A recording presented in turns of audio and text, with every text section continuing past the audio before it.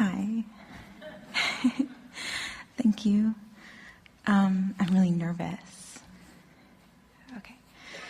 So I have a couple of questions, and I have a rampage request. My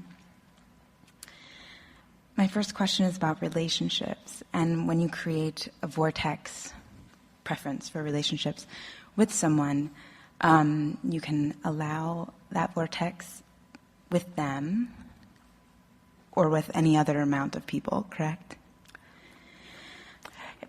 There are many, many possibilities, probabilities, and even certainties to satisfy your vibrational intent.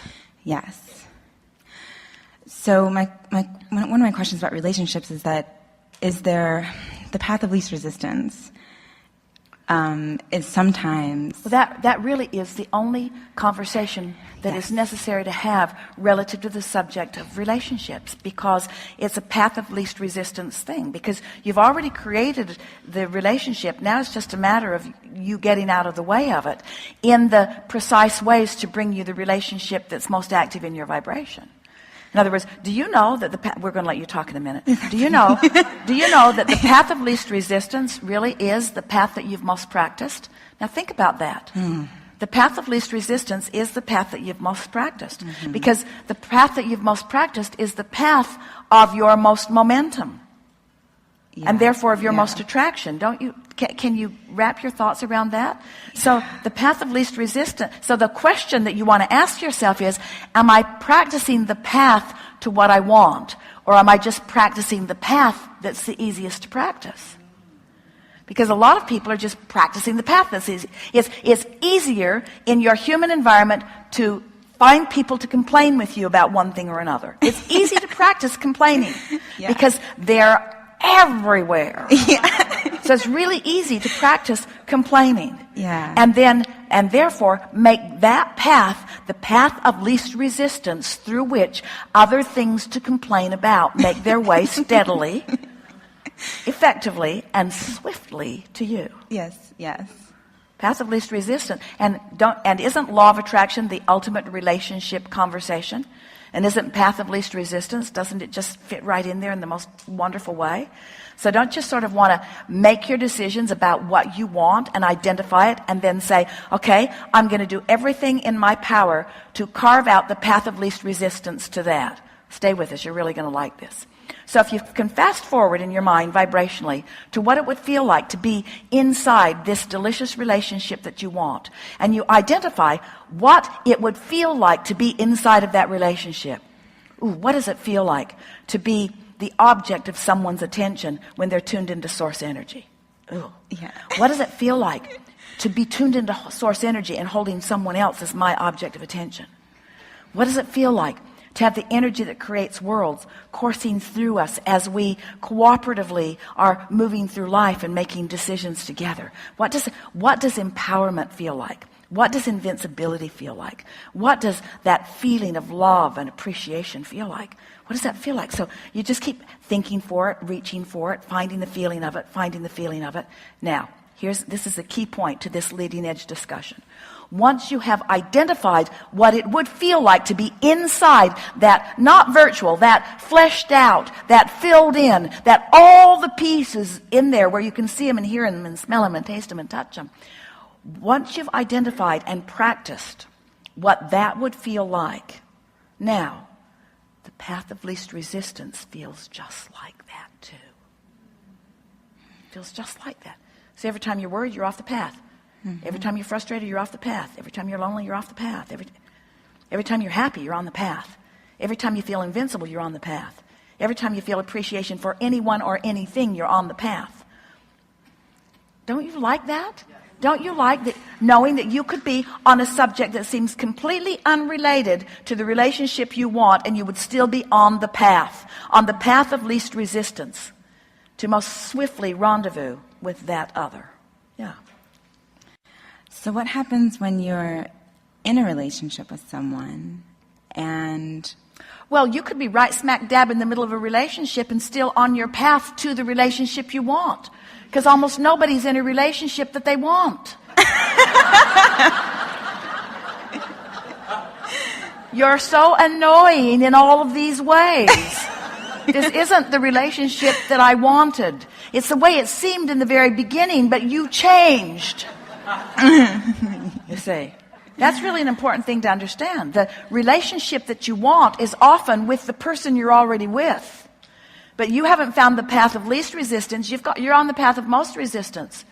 You're critical, you're picky, you're moody, you're not choosing your discs in the way you mean to.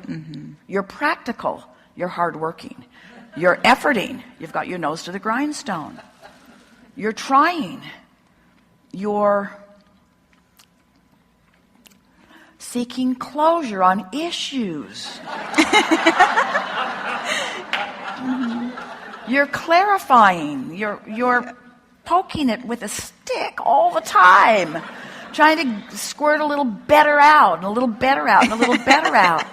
You're going about it the hard way in most cases. So the path of least resistance, inside or outside of a relationship, is still what you're looking for. And the way you discover the path of least resistance is by, as often as you can, fast forwarding to what this dream relationship that you want would feel like, and then practicing anything and everything that feels like that until you have established yourself predominantly on that good feeling disc, where you then rendezvous with the characteristics with the person you're with or with another person, but you rendezvous with those.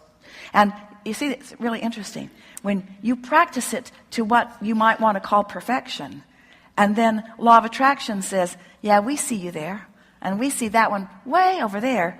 Doesn't matter how far away they are, because vibrationally is the only thing that matters.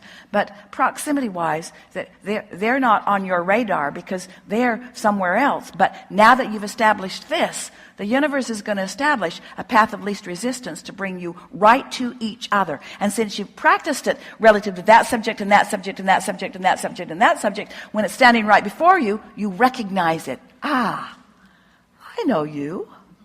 I remember you. I've been practicing you for 27 minutes.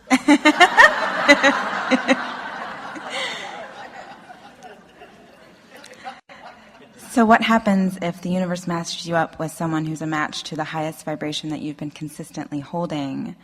And that, I guess it's just not up to you whether that person is the person that you're currently in a relationship with or whether that person is someone else. Well, the only reason that could be is if the universe has matched you up to something that isn't what you're really reaching for and what you really want, because what's in your vortex is. What's in that high-flying vortex that you've been accumulating and creating and evolving for all of these lifetimes. If what you say has happened, you're not on that disc, you're on one of those other discs. Because the universe is always matching you up with what's predominant with you.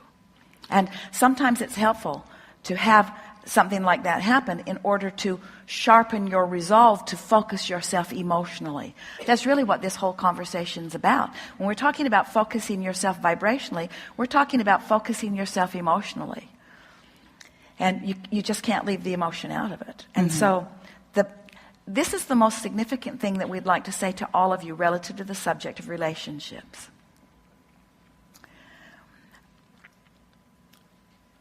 The path of least resistance to the relationship that you want is not on the topic of that relationship. We'll say it again. If you have a relationship that you want, and maybe you've identified the individual, and maybe it's conceptual, the path of least resistance is clearer. The pipes are more open when you're appreciating your walk in nature, or you're enjoying the beauty of your planet, or you are savoring this delicious meal that you are eating, or you are listening to the magnificent music that is turning you inside out, or you have meditated yourself into a place of non-thought. In other words, the path of least resistance isn't on that efforting toward that end that you seek. Because that end that you seek has already been established. So your singular work is to open up the path of least resistance. And you do that by doing stuff that feels good to you. So if you heard us right, that means no one should go to work tomorrow. Now, we don't really mean that, but we'd like you to find ways to make your work a path of lesser resistance too. But anything that is causing you to bind up, to clog up, to slow down, to complain, anything that's evoking conversation from you that doesn't feel good to you while you're speaking it, those are indicators that you've got your path of least resistance clogged up with other things. And you don't need to do that. That's the thing that's so interesting. You don't need to do that. We think we've convinced you for the most part that you don't need to do that. Now you've just got to figure out how you're going to spend your day. And if we were standing in your physical shoes, the way we would do it is we'd start it out as best we could, and if we find ourselves falling to a lower vibration, we just laugh about it and say, well, something like, isn't that the way it goes? And I'm in the process of doing a better job of maintaining my frequency there. And maybe in some sense I'm crashing and burning a little bit, but at least I'm doing it consciously, and that's a really good thing. Now, is there anything that I could do right now that would make me feel better right now? And sometimes there is something that you could do right then and now that would make you feel better. What if it's that you want to be, that it's easier to get in the vortex when you're alone?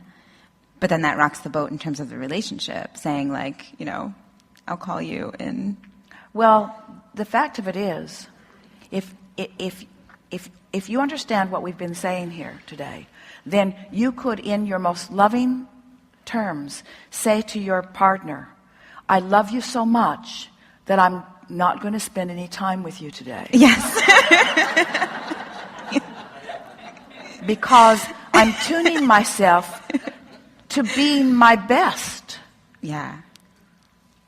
Relative to this, relative to everything. And now there are other ways of saying that. You put me on lower disc because it's not good for us. Right. Or I fly higher when I'm not with you. Right. Or when I first met you, it looked like we were going to fly high, but now I've gotten to know you. My mind isn't strong enough to overcome the reality of you. It's easier for me to live a very conditional love with you, because if you would change just these 27 things about yourself, then I could spend more time with you. But since you seem to think that you have the freedom to choose for yourself, and you aren't willing to be everything that I need you to be, then I've got more work to do.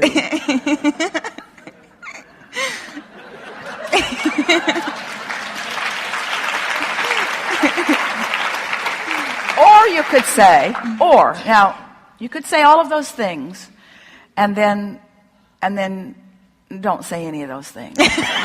Don't say any of those things. But you've been thinking a lot of those things, haven't you? Or you could say,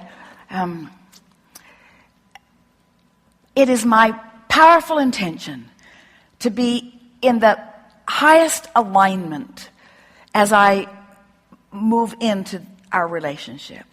And you make it easy for me at some times and not so easy at others, but ultimately I don't want to make it about you, I want to make it about me. So I'm just going to tune myself as best I can so we can have the most fun that we can have. And most others would like hearing that from you, because the opposite is what they're usually hearing. You need to do something different than what you're doing so that I can feel better. And believe me, you want me to feel better.